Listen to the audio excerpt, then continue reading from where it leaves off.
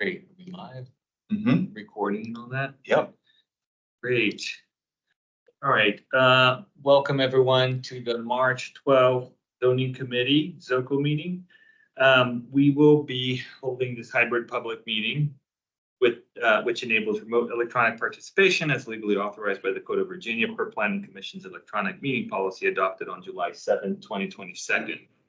Members of ZOCO are participating both here in person and virtually electronic through electronic means. At this time, I'd like to orient everyone to our hybrid environment and cover a few specifics about how to make it run. Members of the public will attend the meeting here in person or electronically by using the microphone provided on the ZOCO webpage, the county's events calendar, and email notifications sent to ZOCO email subscribers. Additionally, there's a dial-in phone option for those who wish to use it. For our virtual attendees using Microsoft Teams, please turn off your video feeds and keep your microphones muted as you enter the meeting and during the meeting. The Microsoft Teams meeting chat will only be used to provide instructions for virtual attendees on how to register for public comments and to field general questions about Microsoft Teams. The Teams chat will not otherwise be monitored by staff or the Planning Commission during the meeting, nor will it be used to collect feedback.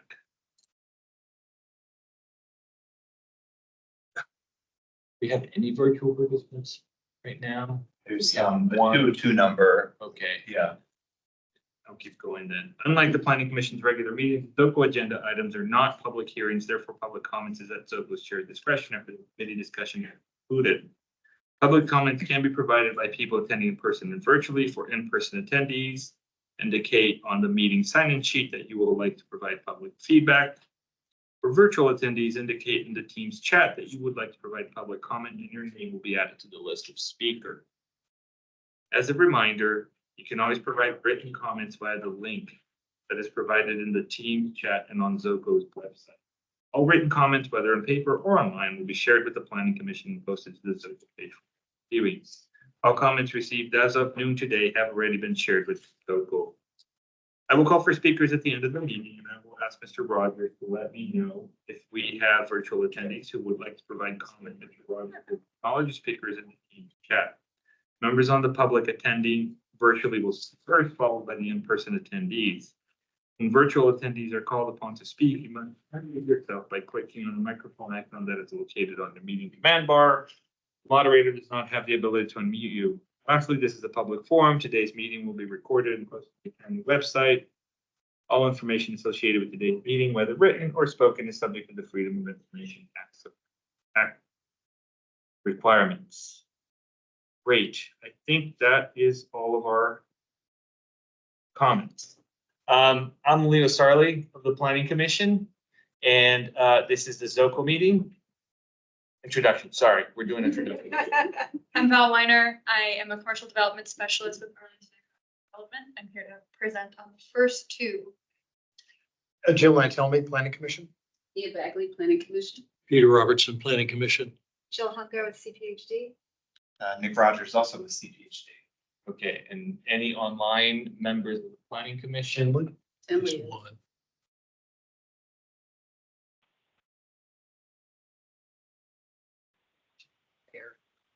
All right, well, we'll introduce Tenley when she is able to. I know she mentioned that she was coming a little late. Mr. Chair, we do have one member of staff who's joining us virtually. Oh, Yeah, thank you, Nick. Good afternoon, everyone, or good evening. It's Mosi London. We're a DES, a principal planner. welcome, Mosey. All right, with that, we'll go to the presentation. Val? Yes. Sharing.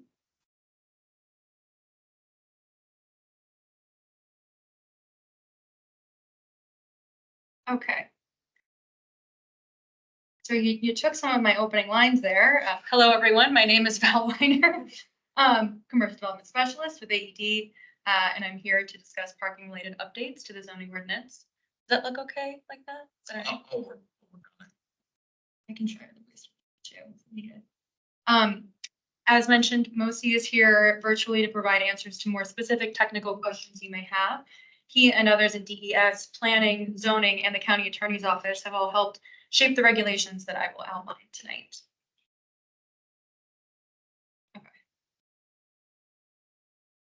Tonight, we have 4 items for your comments and feedback. I'll start with a brief overview of commercial market resiliency and then jump into the topics at hand. And I'll be as brief as possible to give you time for questions and comments at the end. And all of these items are going to the County Board for action in April.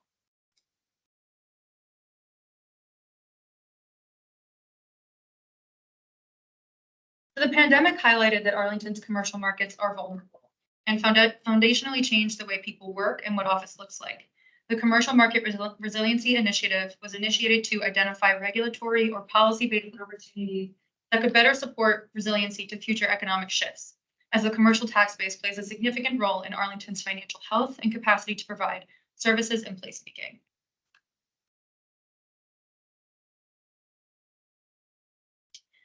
A vibrant commercial market has a number of benefits for the county. As previously mentioned, the commercial tax base is critical to Arlington's financial health.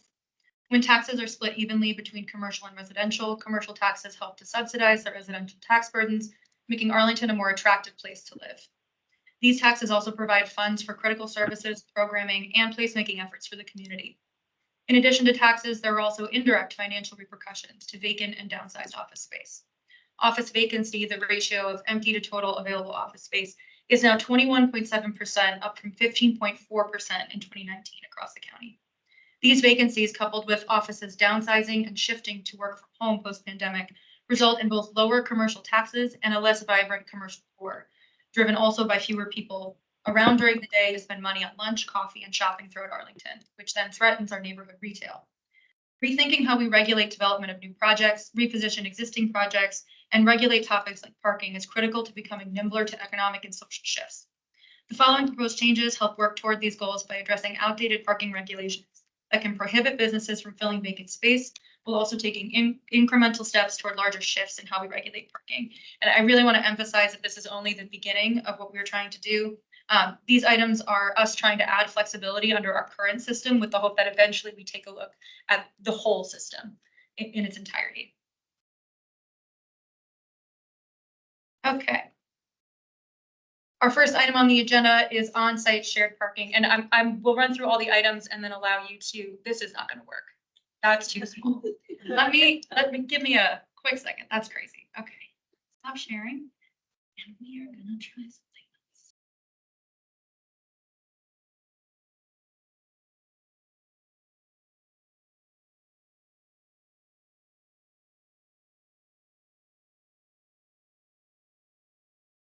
One second.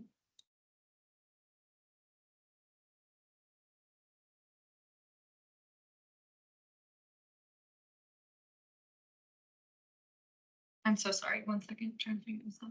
So you just, Yep.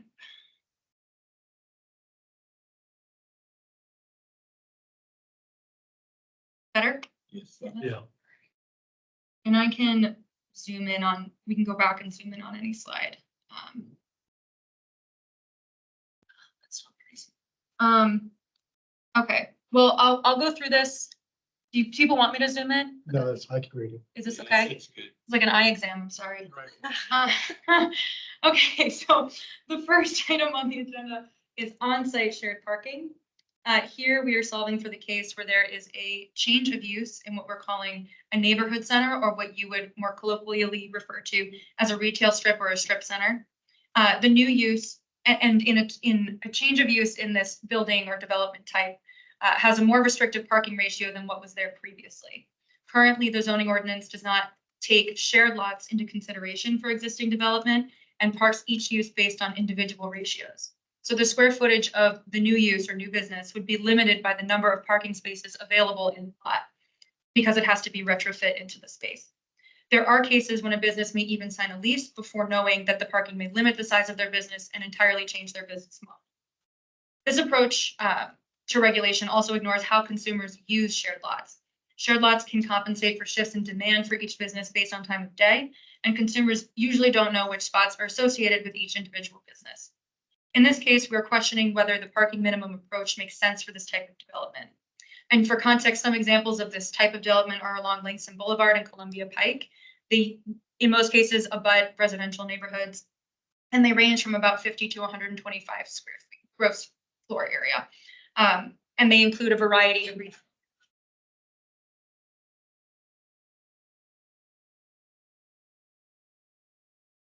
So what are other jurisdictions doing? Other jurisdictions are moving toward parking regulations as a reflection of form, density, and development, as opposed to parking based on individual uses. This helps to think about a neighborhood center as a unit, because that's also how the parking is used. Our recommendation is to introduce a new use, as I mentioned, a neighborhood center with an established parking minimum that is much more relaxed than the parking requirements per each individual use in our ordinance. Staff did discuss using 1 per 580, which is what is used as the baseline in site plans. And that is still an option on the table and up for discussion tonight. But right now, the staff recommendation is to use 1 per 630. The 1 per 630 ratio was determined in a 2013 study on office site plan buildings as a ratio that reflected a more modern parking demand that was outside of commercial corridors and based more on location and irrespective of use. Parking within a neighborhood center is ideally use agnostic. That's how we're trying to approach this regulation. And as such, the parking ratio should reflect that. So we are proposing that even though this 1 per 630 originated based on a study of office site plan buildings, that it still could apply in this case because it should be treated as use agnostic. In addition, this ratio of 1 per 630 is more similar to what we're doing in site plan projects, even than 1 per 580. That 1 per 580 is usually modified to something much more relaxed, sometimes 1 per 1,000 or even more relaxed than that. But we wanted to go a little bit more conservative since in most cases, these centers abut residential neighborhoods. So this seemed like a happy medium that was a little more relaxed than the 1 per 580. That's sort of the very the bottom baseline in site plans, but not as relaxed as some of our more dense site plan projects. And then in addition, 1 per 630 is only the baseline. We're also proposing they could modify their parking via use permit. So if the ratio doesn't work, they still have an option to modify to make sure that that space could be filled by a business. And again, the goal of this is to eventually rethink of parking as a whole. So it's not, this is a step in that direction. So we're still, as you can see here, we're still working within that table structure. Eventually we do see a world where that table no longer exists, but right now CMRI is about expediency and addressing the current issues our businesses are facing. So this is what we're seeing as a step toward that. One item that we would love your feedback on is with the neighborhood center definition. That is very small. But the goal of this definition is to be inclusive of all of the known neighborhood centers and the range of uses within them in Arlington. From the memo that you all received, we did decrease the GFA from 300,000 to 200,000. Originally, we had it at 200,000 and increased it to be as sure as possible that we were inclusive of all neighborhood centers that we knew of. It turned out 200,000 is more than enough, and 300,000 got us into a world of office buildings that we didn't necessarily want to be in with this regulation right now. And 200,000 gross floor area is more appropriate, we think, for to characterize this kind of use. We did also discuss adding a height limit. Other jurisdictions did that with a maximum of 2 floors and found that that's not necessary for this case, just because we are trying to regulate parking and that doesn't really have an impact on how it should be parked. So right now I'll just read this out loud and I can go back and zoom in because that's crazy. I'm so sorry. So a neighborhood center, a commercial building or buildings with a total gross floor area of no more than 200,000 square feet, containing multiple commercial and/or retail tenants, requiring multiple individual certificates of occupancy, and served by a parking area that is shared by all on-site tenants. So trying to create a definition that's really based around that shared parking space. And the way this is written, commercial and/or retail tenants would include office as well and medical office, based on how we've structured the ordinance. So, and I will, I'll wait for questions and comments until the end, just so I can make sure I get through everything without taking up all of your time. Offsite parking is a little bit of a different problem. Here we're solving for a business that does not have enough parking on site, but there is available parking nearby, like in an overparked garage, for example. Right now, we do permit offsite parking agreements in very specific cases and in site plans, and we want to expand and simplify our existing regulations to include additional uses that would also benefit from maximizing parking off of site.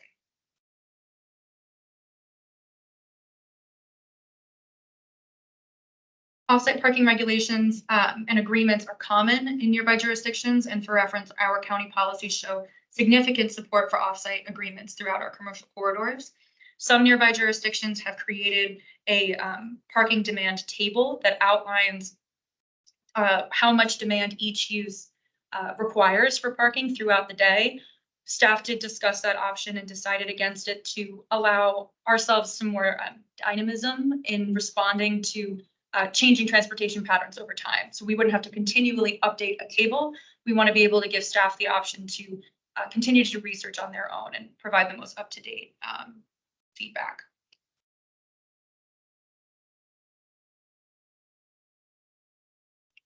So right now, off-site parking is permitted if there's the same owner of the on-site and the off-site space. So if the same person owns both sites, you are permitted by administrative approval to have off-site parking, but that space also needs to be within 600 feet. So we are proposing to continue to allow that to be administrative, but extending that distance to a quarter mile. That distance is established elsewhere in the code as walkable. DES is also going through their master transportation plan, and that definition of walkability may change eventually, but that is the standard that we have right now, and it's certainly better than 600 feet. We also want to propose an option if there is different ownership between the on and off site spaces. That is much more common than same ownership. And in this case, we are proposing this to require a use permit with conditions. The biggest and most important condition would be that there be an agreement, and the conditions or the components of the agreement would be for them to outline the number and location of spaces, grantor and grantee of spaces, the term of use, hours of operation, grounds for termination, and notice of violation. These are the very basic requirements we found in other jurisdictions and within our own examples in the zoning code. Applicants are obviously welcome to add additional sections, but these are, as of right now, the minimum requirements. We have been meeting with the county attorney's office about this. We originally talked about having this be a by right process. They are much more comfortable with this being a use permit process, as you can imagine. And they still need to go through and make sure that these conditions of the agreement are exactly what they want. So these may change, but these are the basics of what we've been seeing in other agreements in neighboring jurisdictions, as well as what we've outlined in our own ordinance. And two additional conditions would be safety, and that both properties have to be within Arlington. So there needs to be a safe walking distance between the off-site parking and the on-site.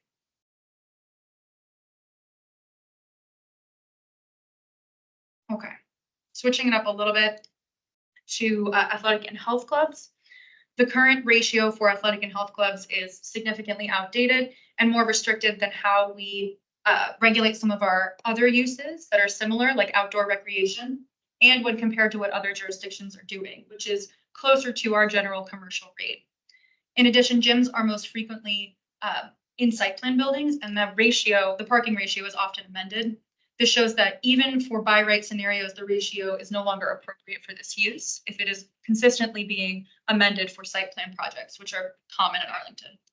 Our solution is to remove this use from the parking table so it defaults to our general commercial rate. This is a difference of 1 per 50 square feet to 1 per 250 square feet. While it's a seemingly small change, the overall goal is to take a larger look at some of these outdated minimums and continue to assess their appropriateness compared to the county's goals and visions for itself.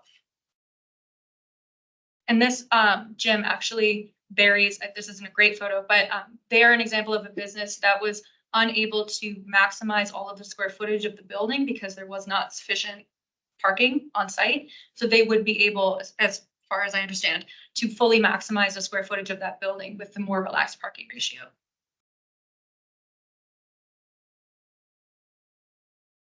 And lastly, similarly, compact car prohibitions were most recently made more restrictive in the early 2000s for all of the uses listed here on the slide, because it was perceived that larger cars were taking the compact spots and creating dangerous situations.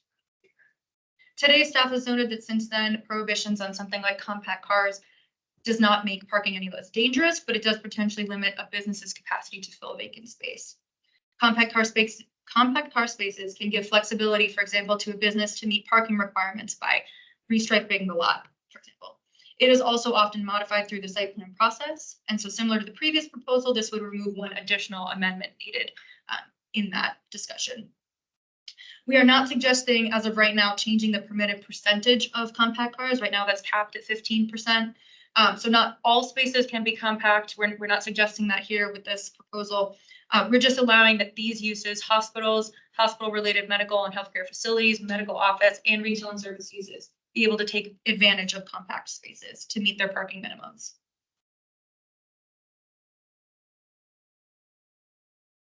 And this is just what that would look like. We'll go back to that if needed. In the short term, we're going to continue to look at some of these outdated parking minimums. Athletic and health clubs is not the only one. I'm sure you would not be surprised to hear that. And outliers that are sort of easy wins, as well as policies like shared and off-site parking that can continue to move us toward our long-term goal of holistic rethinking of our parking regulations. While in the short term, helping businesses get into vacant space and solving problems for applicants as needed. Just to give some context before I jump into questions and comments, we did go to the Transportation Commission on the 29th of February. We're actually going to go back. Apologies for them having to hear it again, but I wanted to be able to provide them this more detailed presentation to get more substantive feedback because we gave them a much more high-level presentation last time. So I wanted to get some more detailed feedback from them. So that, I believe, is everything. And Commissioner Sarley suggested that I ask for specific feedback, and I'd obviously love to hear any feedback that you have on any component. Oh, sorry. Yes. Nope. So I just have a question. Yeah. So is this a county's observation of what needs to happen in order to make this more flexible? Or has this come from the ranks themselves, the neighborhood center, saying this is a real issue for us? It prevents us from filling all of our space. I'm assuming it's come from there. It's a combination of the two. So part of what we've been doing as sort of the commercial market resiliency project is to talk to staff and say, what has been caught up in the wheels? What has been taking you longer than it should? And then that's one piece. And then what are some policies that you feel are just outdated, talking to staff, that could make the process simpler and really have very little impact, negative impact on the community. So that was where some of these items originally came from. Their experience working with businesses, trying to get them into these spaces in like a neighborhood center and having to tell them you need to shrink your restaurant, X number of square feet because you only have 4 spots. When, like I mentioned, that's not how consumers use the lot. That's, not realistically how we should, or how staff is even thinking about regulating. So my next question then would be, have you shown this all to them, and what is their weigh in, or will they be weighing in on this? Them meaning the businesses at the neighborhood centers that have had, or landlords of these places that have had issues filling space because of this one portion of it. Not yet. We did get some good feedback at the Transportation Commission actually on the definition, and that our definition at the time, which was only a couple weeks ago, was potentially too restrictive, where it would exclude some neighborhood centers. And the goal here is to make like I said, the definition as inclusive as possible. And the ratio that we're proposing would be the most relaxed ratio for commercial or retail use in the whole table. And I actually, just for context, so this is oh my God, it's impossible. Okay, this is the retail and service commercial parking ratios. They hover around like retail and service commercial uses. The general rate, like I said, is 1 per 250. Outdoor recreation is 1 per 300. I'm trying to find the highest ones. Furniture and appliance is 1 per 400. So 1 per was a 630 would be the most relaxed ratio in this table regardless. So we haven't gone directly to the neighborhood centers. I have a feeling they'd be supportive of it. We are presenting to EDC next Friday morning, I believe. So we'll be getting their feedback directly as well. Yeah, because I mean, I'm in residential real estate, but we do talk to a lot of commercial. And I would believe the landlord, if they've had issues trying to get somebody in, not just for this, factor of it, but for others, would want to weigh in to, maybe say, hey, this looks good, or could you do also X, Y, or Z? Yeah. It just seems like there should be some feedback from the community that's most affected by it. Yep. So I'm just curious about. I think that makes sense. So I think, we dug right in, so that's good. I was gonna say if there were any clarifying questions that any of the commissioners had, but I feel like between the four of us, we could probably just plug right in Yeah, and 'cause keep going. I have a number of questions, comments. All right, Jim. Langston Boulevard. A number of things here could affect that. Natasha, I see you're on the line. If I say something that's wrong about the Langston Boulevard plan, please jump in so that I don't. Sure, sure. Um, Thanks, Jim. First, the not crossing the lines. I get that, but the only two places where that really would come into effect would be East Walls Church, because we have along Langston Boulevard, commercial stuff going right up to the border, and the commercial stuff in East Walls Church, literally right across from out. Jim. You're asking about the condition that all properties be in Arlington County? Right. Okay, that's, Um, I was gonna ask, that- crossing the line. Yeah, that is so close that maybe it really would be a better idea if we allowed that to be seen as one big area, that if you could walk across, the 4 Mile Run, which is like, as wide as the table, it might make it more viable to have commercial development there. And even though most of those are site plan, there are some by rights that happen. So anyway, the other place would be down at National Landing, with all the big development around VT. Again, it's just across 4 Mile Run. It's a bit more of a walk, but and all that's going to be done by site plan anyway. Would that deal with it that under a site plan, we'd allow across county line? So anyway, I'm throwing that out. You don't even have to answer it right now, but that's an observation I would have. Because those strike me as two areas that really would make a difference or could make a difference. Definitely get rid of the height. Don't put any height limits on it, because again, Langston Boulevard, we're looking for height. We're looking for more than 2 stories, and in the plan specifically is shared parking. That's one of the things that we're looking to do, and that would just kill that. So you're definitely moving the right thing by not having. Natasha, are there any of these sort of neighborhood centers that you could think of along the corridor? Because I'm thinking too, would there be any that would be smaller or larger than the 200? Was it 200? 200 square? Yeah, 200 gross floor area. Yeah, gross floor area. That could be like Harris Teeter, that shopping center, the Lee Harrison. How big is that? And then across the street where the Safeway is, which is sort of ripe for redevelopment. How big is that? Do you have any idea? So, sorry, I just decided to join the meeting because I thought the topic was interesting and I was It thinking of is. And I'm Lexington glad you're Boulevard. here. And, we're working on the use permit tool or at least the scope of work. And this was important for me to follow. Yes. There are a number of parcels or properties that have buildings that are larger than that, I think, along the corridor. The one I think of is definitely Harris Teeter. Yeah, and I would say even the Lion Village Shopping Center. Right. I'd have to go back and confirm, but I think that there are several.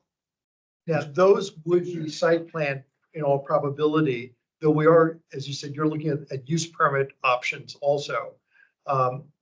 Would these proposals affect either site plan or use permit projects? Do you have any idea yet, or is it too soon? You're asking me?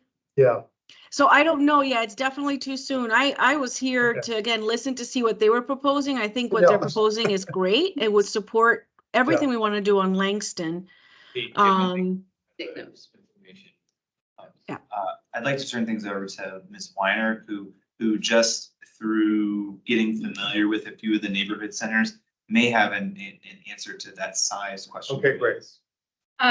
So the Lee Harrison Shopping Center, which is what I think you're talking about, Yeah. is 125. Oh, really? That's small. 125,000. 25,000, yeah, that's Yeah, right. well, I know it, we're, yeah, Well, and I thought the same, which is why we increased the 200,000 to 300,000, Right. thinking that would, for sure cover everyone. And then we did the math, Nick and some zoning staff and myself, and just figured that 200,000 resolved actually some of the concerns from other staff that 300 was pushing it into an area that it's no longer a neighborhood center, but that is inclusive of the Harrison. Great, because we're really strongly wanting to have redevelopment happen up and down that corridor. We want to make sure all of those large parcels would be covered by this. So no, that's great. The other thing, the shared, when it's shared, for example, I know one small piece of property on Langston Boulevard that has been bought. The new owners were thinking of doing a restaurant, but the problem was parking. That it didn't have quite enough. It used to be a dry cleaner. And it didn't have enough for that use. Yet right next door is a Mr. Tire, which has a big parking lot, which isn't used in the evenings. Would this allow them to use that parking next door?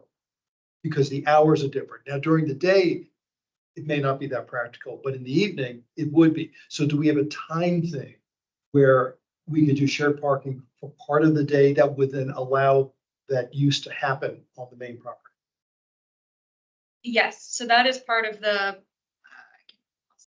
that it would be part of the offsite shared parking agreement process and the use permit.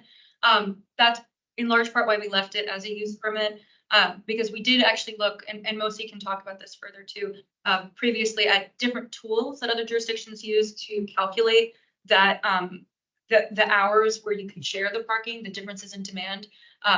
Other jurisdictions, like I said, have permanent tables that refer to those shared parking percentages.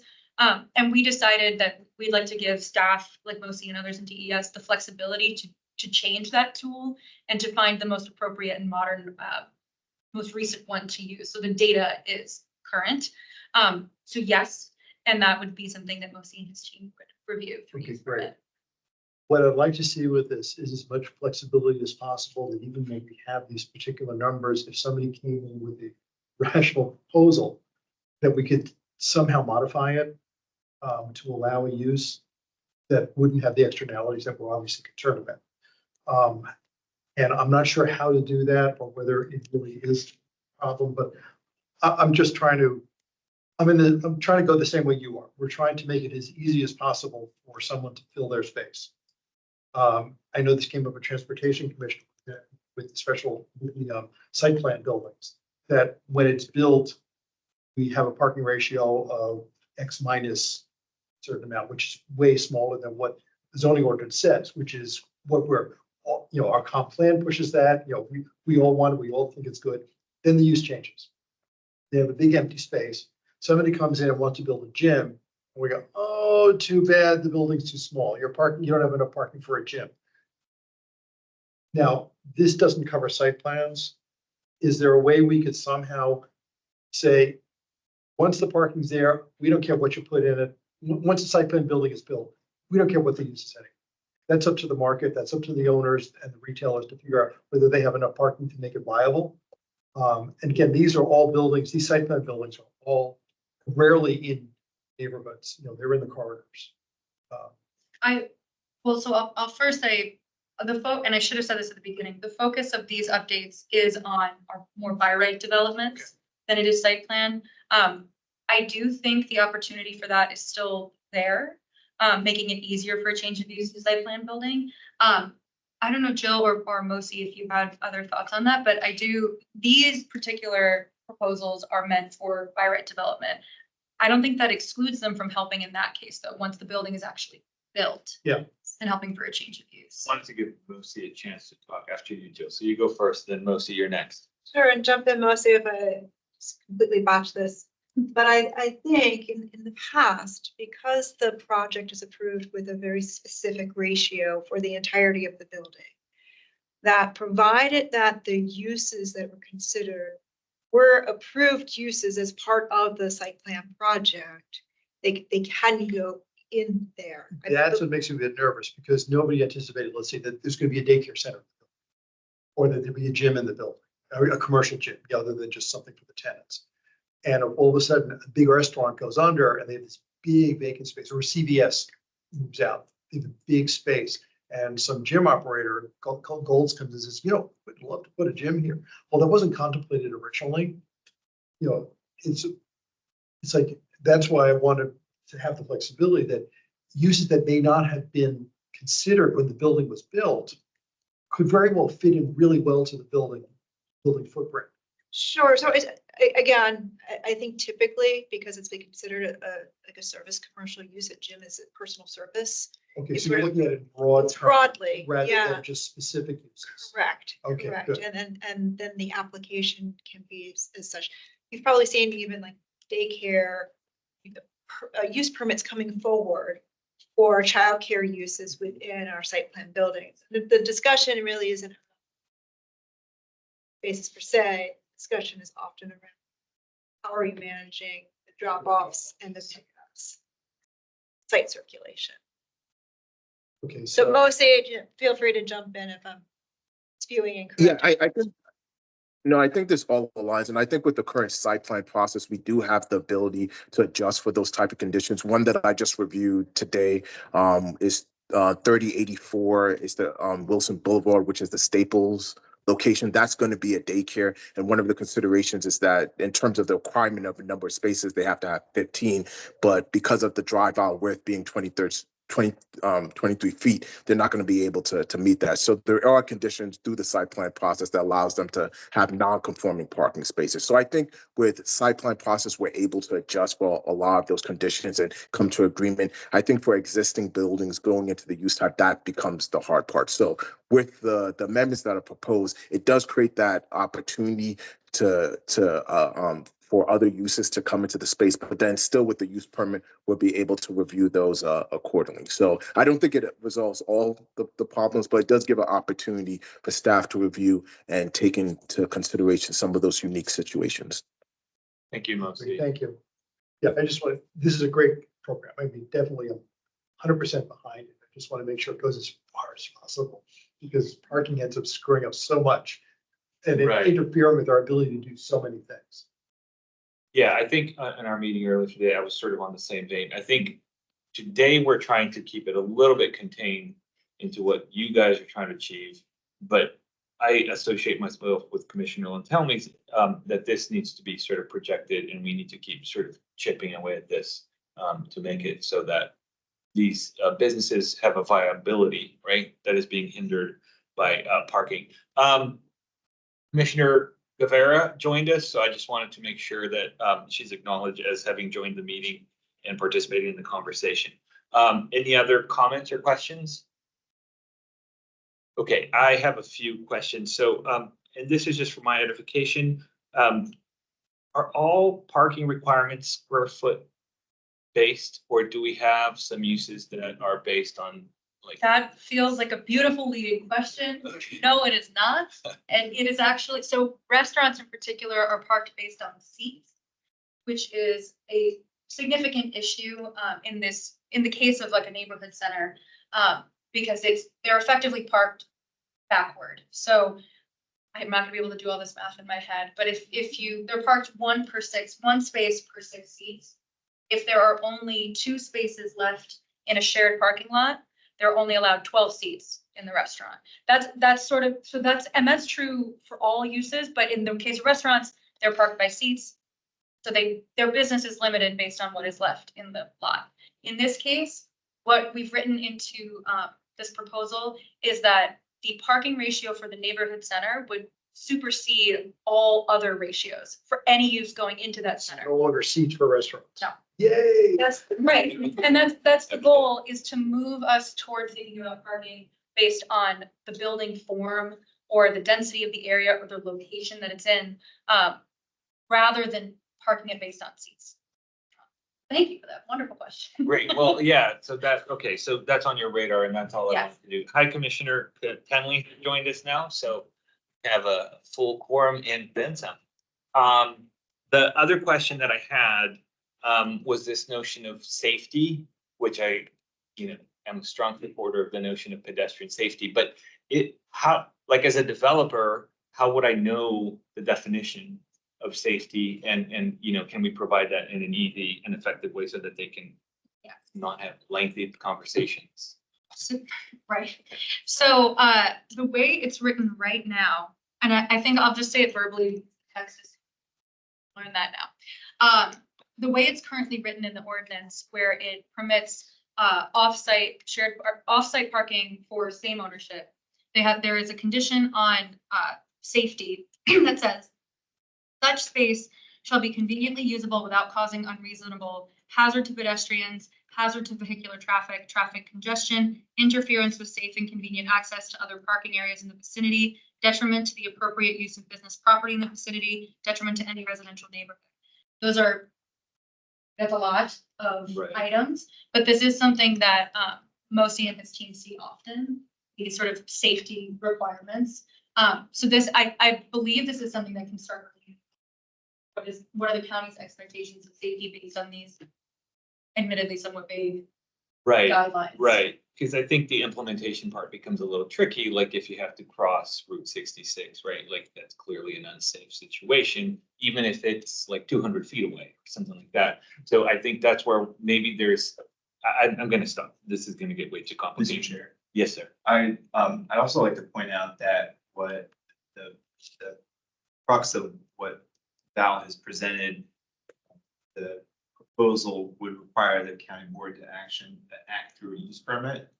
Recall that the board is required to have 3 findings in the approval of a use permit. And they get to this, they're very broad, and they really strike at the heart of the safety elements that you've outlined here. You know, the county board shall find that after a duly advertised hearing that the use will not affect adversely the health or safety of persons residing or working in the neighborhood of the proposed use. Also, the use will not be detrimental to the public welfare or injurious to property or improvements in the neighborhood. And there's also the conformance to all applicable planning policies. You gave a list of factors to look at for safety. Mhm. Can we get rid of traffic congestion? That prioritizes vehicles over pedestrians. It should be irrelevant to this, because presumably staff has to look at each of those factors and make some sort of determination under them. Traffic congestion is utterly irrelevant to this process. And so, I would say definitely just get rid of that. I do know there are some areas in the county where the sidewalks are in really bad shape, and that there's telephone poles right in the middle. You can't get a wheelchair or a stroller around it. I'm not sure whether it's a practical matter. It's going to be a problem because most of these are going to be in fairly well-developed areas. But I guess that's something that would come up when the applicant raises it. Somebody does a site visit and sees, yeah, there's a telephone pole in the middle of the sidewalk. It's hard to get to. Which could be a factor. Accessibility factor. Yeah. Also. Yeah, well, that's exactly what I'm cutting. Yeah. Yeah. But definitely get rid of the traffic thing. That just grates on me. Yeah, I agree. I totally second or associate myself with that notion because I think that's really not relevant. I'm talking too much. Anyone else in the room that wants to talk about? So right now, we're talking about on-site shared parking mostly, and then we looked for neighborhood center definition. I think we're pretty comfortable with that. Off-site parking, we talked about the distance. So just for those who don't know, quarter mile is 1,320 feet, right? As opposed to 600 feet. So that's good. I think the jurisdiction thing is really interesting. And do we have to create a liaison between Falls Church and Alexandria? Because that's going to impact their use also. Mhm. So Right. I think we do have to establish that if possible. So I think that's a good thing. And then the health parking ratio, and that's a square foot based. And right now we're at 250. So we're suggesting to use the 630 for the health. No, so I Am I apologize. confusing those two? Yeah, we got Okay. a lot of numbers and square footage. to throw around. Right. So the current ratio for athletic and health clubs is 1 space, 50 square feet, It's crazy. which is crazy. Wow. And that was set in the 60s and it has not been looked at until now. And we're suggesting removing that use from the parking minimums table. And so that it defaults to the 1 per 250. Oh, 1 per that was, 250 is the. I'm just sorry, I thought that was really low. So I just thought, No, assumed that was yeah. a bad one. Here, yeah, and that's, Okay.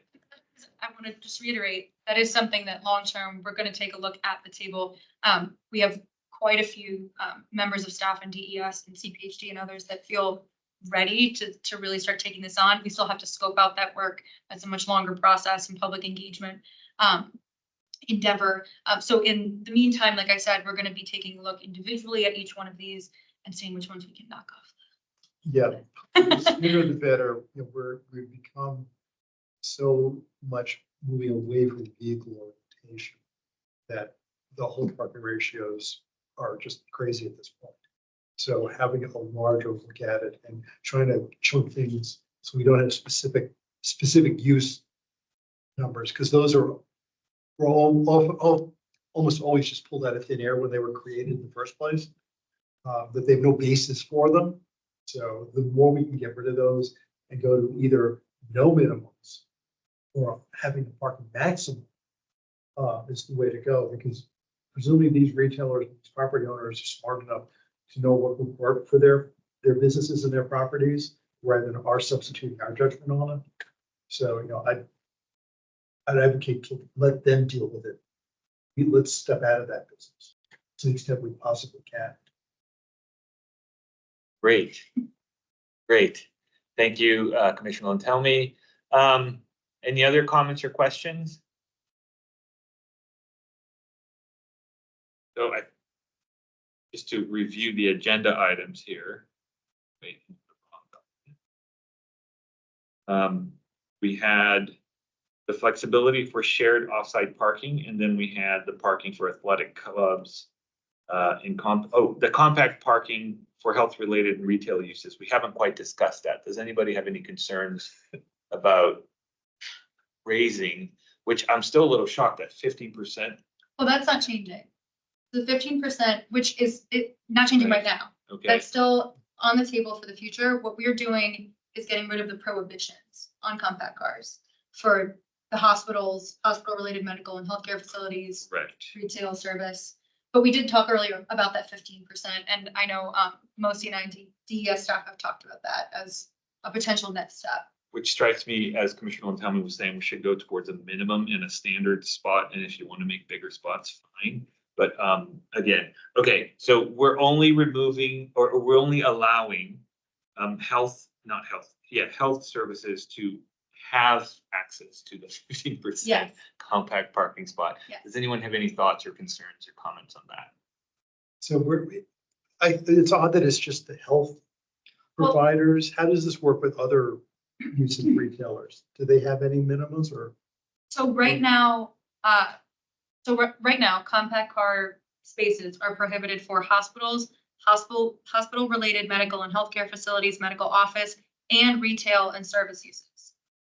So a lot of use. It's not just medical. We're just dealing with the medical offices? No. All of No. we're Oh, suggesting okay, removing okay, good. prohibitions on everything that is currently prohibited. We'll be able to take advantage of the up to 15% compact space. Good. I mean, I wouldn't mind even having higher, but you know, just. And because that's somebody something can't- that we'll. Yeah, if somebody can't park their F-250, it's like, oh, well, too bad. Yes. Circle the block. What's the rationale for this, not allowing? So Nick actually helped me with some research on this. In the early 2000s, I believe it was complaint based that some of these larger vehicles were taking compact spaces and creating dangerous environments. They called out specifically the elderly and said that it was difficult. And I think that's why there's a lot of medical uses listed. But people trying to get their cars in and out, or not their cars, the bags in and out of their cars, opening and closing doors, they were hitting each other. And I think the staff perspective now is that isn't as much a product of parking regulation as it is just, right. So, right, exactly. So the fact that we are regulating the type of spots that can be there isn't making anything less or more safe. So letting it happen is a CMRI issue because it's allowing businesses to fill spaces where they wouldn't have otherwise been able to meet the parking minimum. Can't park it, you shouldn't drive it.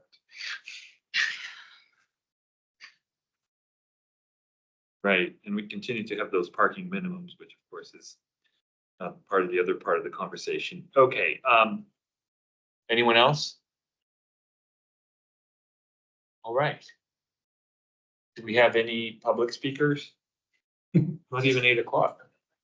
Yeah. I was talking really fast. No, that was good. It was good. Flying through it. Sorry. I mean, I don't have any notes in the chat from anyone who's indicated that they'd like to. perfect. There's no public speakers here. I don't know what to do. I guess I'm gonna wrap. Well, Dave, I have a question. Can I ask a Yeah. question? Yes, for sure. So I will be presenting this a couple more times in the very near future. Were there any points, it seemed like the example with the restaurant landed well with everybody. Were there any other points that I could clarify better, or that with the more hypotheticals or better examples would make it clearer? for I think anyone? maybe just incorporate where some of the questions drill down to that. Yeah, Do incorporate that into your presentation so you won't get the same questions. Because I may raise them again at transportation. Yeah. I wouldn't blame you. I wouldn't blame you. Karen. It's just because I don't want to go home. I love you guys so much. I guess I'm just thinking, I'm thinking of Café Sasson on Columbia Pike and, Goodwill there. And I'm just thinking it's just so congested in Columbia Pike. There's so much construction all the time and it's just so crowded. And if we're just removing sort of parking, I don't know. I just wonder how much, I don't know, should we be doing that? And they're just overflow parking into the neighborhoods and I don't know. Yeah, is that for another day? Remember, a lot of those areas have residential parking Right. anyway. RPP, they could, Yeah, although they could, because it's not necessarily well policed. right, but that's an That enforcement would be a issue. problem, yes. Mostly actually. Mosi. Yes, I could speak to that. So I'm a part of the parking and curb space team that manages the residential permit parking program. We are kicking off our new renewal season April 1st, and messaging has gone out for that. A lot of the time it is reactive as we get complaints from residents in terms of enforcement, but we are working hand in hand with ACPD in terms of addressing those and other projects that we're working on, such as the performance parking pilot project, which I believe Melissa has presented on, is helping to get more information in terms of where we're seeing that impact on meter streets versus RPP streets. And we definitely want to deter folks from doing that. So with the data that we are collecting, we'll be able to even help PD target some of their, for lack of a better word, target some of their enforcement where we are seeing that there's overflow impacts. So I think a large part of it is really understanding where those issues are occurring. But the biggest thing is that there are a lot of overpark facilities that should not encourage people to park in those permitted areas, and that with the on-street metered areas being provided and having that information available should help. But it's something that we are tracking and hoping to resolve as we continue to get more data in terms of the impacts. Thank That you. would be true like on Langston Boulevard and other places as well. Having said that, I will take a slightly opposite tack. I find it frustrating for the, what's it, RPP.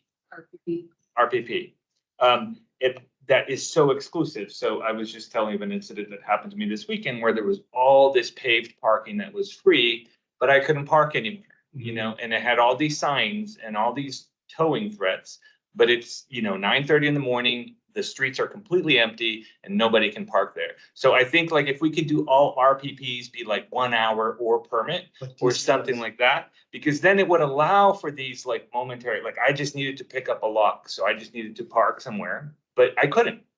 I literally had to park 8 blocks away and walk, which again is fine. It's perfectly healthy for me.